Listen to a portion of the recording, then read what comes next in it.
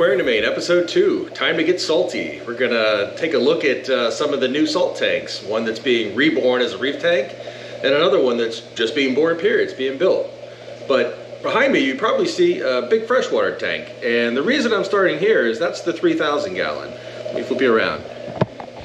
Originally, I was gonna start with episode 2, detailing the building of the 3,000 gallons, all the way from the gutting of the basement all the way up to what you see now.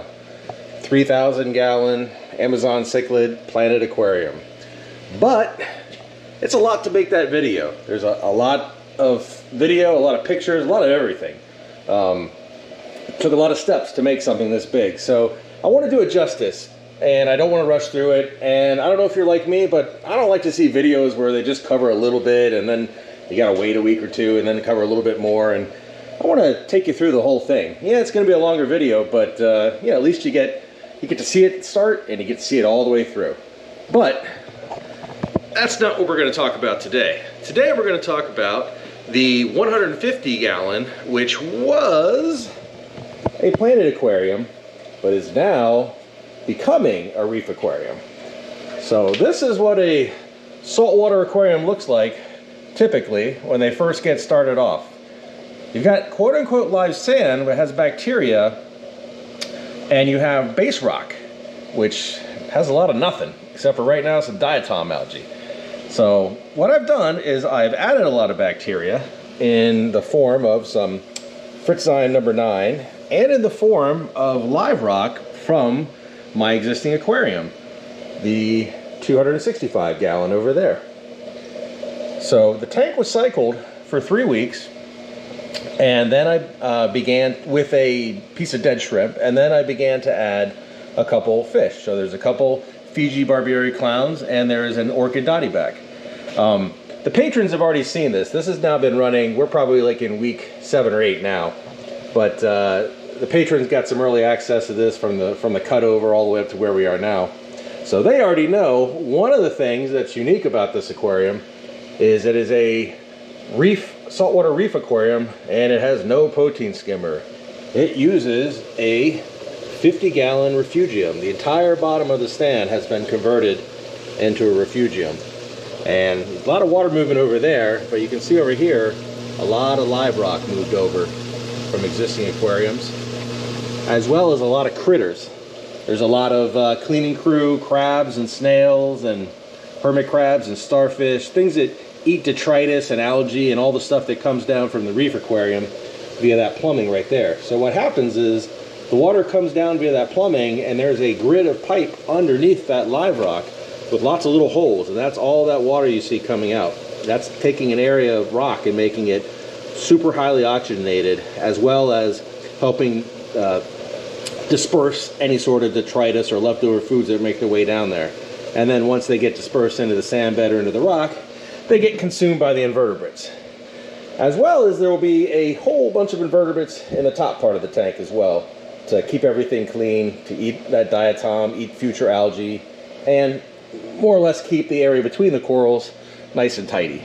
As you can see, there'll be, little blue leg hermit crabs, and there'll be snails, and all that good stuff, crabs and starfish. So here's the drain that's taking everything down to the refugium and dispersing it. Okay, so this is the beginning of a 150 gallon reef cube, which is a 3 foot by 3 foot cube. It's 27 inches tall, and I'm using a Kessel A360X blue, tuna blue, or just a 360X tuna blue, sorry. Lots of base rock, fresh sand, Fiji pink, even though it doesn't look so pink with the diatom algae, but that will quickly be burned off. The diatoms are something you see only typically at the beginning of an aquarium's life when it's processing the bacteria feeding on silicates and things like that are come on the base rock. But once that burns off and the live rock that has been transplanted here and the bacteria gets added, and you start to get the coralline algae with the purple, the pinks, the blues that you're more used to in a typical reef aquarium. But here it is. This is, quote unquote day 1 or week 7 of a brand new reef aquarium. set up slightly differently than typical. It's laying very heavily, depending very heavily on the refugium. And it's a work in progress. It's still being stocked with rock and critters, but it takes time. It's a little bit of a balancing act. You can't go and add a bunch of cleaning crew and then have them starve because there's nothing to feed on. You can't create a whole bunch of detritus and things for fish and inverts to feed on when you don't have enough bacteria to process the waste products from the fish and from the crab or from the inverts. So you have to take your time and you have to build it up in unison. All right, so that's the 150 Reef Cube, a tank reborn from a freshwater aquarium. Now we're going to take you over. We'll do a quick bypass the 265. We're going to go around back to a tank that is just being born. In fact, it's not born yet. It's still being built. This is the future 600-ish. It's going to end up somewhere between 600 and 700 gallons. This tank is 6 feet long, 4 feet front to back, and right now it's around 30 inches tall, but I believe it's going to end up at around 42 inches tall.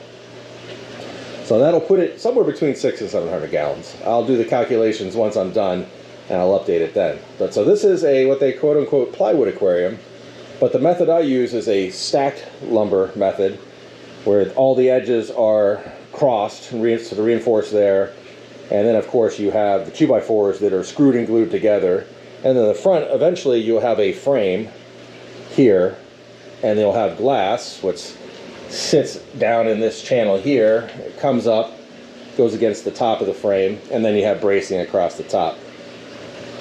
Then, once that's done, the inside of the 2x4s is skinned with a thin plywood just to give a better finish coat once we fiberglass and epoxy the tank.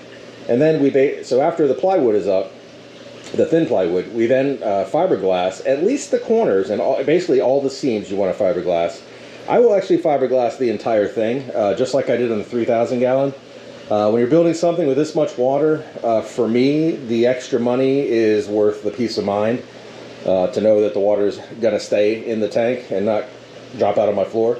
So then after that, after the fiberglassing is done, we get into the 2-part epoxy paint, which I use Pond Armor brand on the 3,000 gallons. So it worked really well for me, so I will probably continue using Pond Armor in this tank as well. Tough question here is, so with the 3,000 gallon, I went with black being the final coat of Pond Armor. Here I'm not so sure. With a saltwater tank, I'm toying with the idea of maybe like a blue, maybe kind of an ocean blue. We'll see. It's something to think about. Let me know what you guys think of that. So this tank, also a little bit different, is it won't have any of its own dedicated filtration. It will actually be plumbed into the 700 gallon sump, which supports currently the 265, overflows into here. It's a protein skimmer. But what's going to happen is the 600 gallon is going to also go into here, and the water, the pump will be upgraded on the sump, and it will send water to the 265 and to the 600 gallon. So this one sump will be the filtration for both systems. And as you see down in there, there's some very large live rock, because right now the sump is functioning as a denitrifier. So there's no light down there and there's low oxygen levels, so it creates anaerobic bacteria, which feeds on the nitrate and the phosphate from the aquarium. Well, that's going to change as well. All these big pieces of big rock are going to end up going in the 600 gallon, which is going to be quite tall for typical aquariums, you know, a little under 4 feet tall, so it's going to take a lot of rock to build up a big reef. And also being larger in depth. 6 feet isn't so special lengthwise, but 4 feet front to back is definitely bigger than average. So it's probably going to eat up all of this live rock over here. So what's going to be happening is I'm going to be converting the 700 gallon sump into a refugium style sump, which means I'll be adding additional oxygenation to the water area in the sump. I'll be adding light to grow macroalgae and algae, and I'll be providing new live rock, smaller live rock, more room for critters to live, and lots of macroalgae. So in this situation, the bacteria is going to be doing less of the job, and the macroalgae will be doing more of the job. So stay tuned for that and for a future 600 gallon. Okay, so that'll wrap it up for this video. We have a lot of work to go in these tanks, and I'm working hard and I'm taking lots of video. So I'm going to take you along for the ride, and look out for a future 3,000 gallon build video, start to finish. Okay, see y'all soon. Hey, you made it to the end. You might just be as much of a fish geek as I am. If you like these videos and you want to see more of them and you want to know when the new ones come out, and there will be new ones coming out, lots of them, please consider subscribing to the channel. And if you really like this content and you want to be a part of steering the content, you want to converse with myself and other people on the Patreon channel, please consider looking me up on Patreon. Lots of early access stuff behind the scenes, and as I said, we have a Discord for fish geeks just like us. Thanks.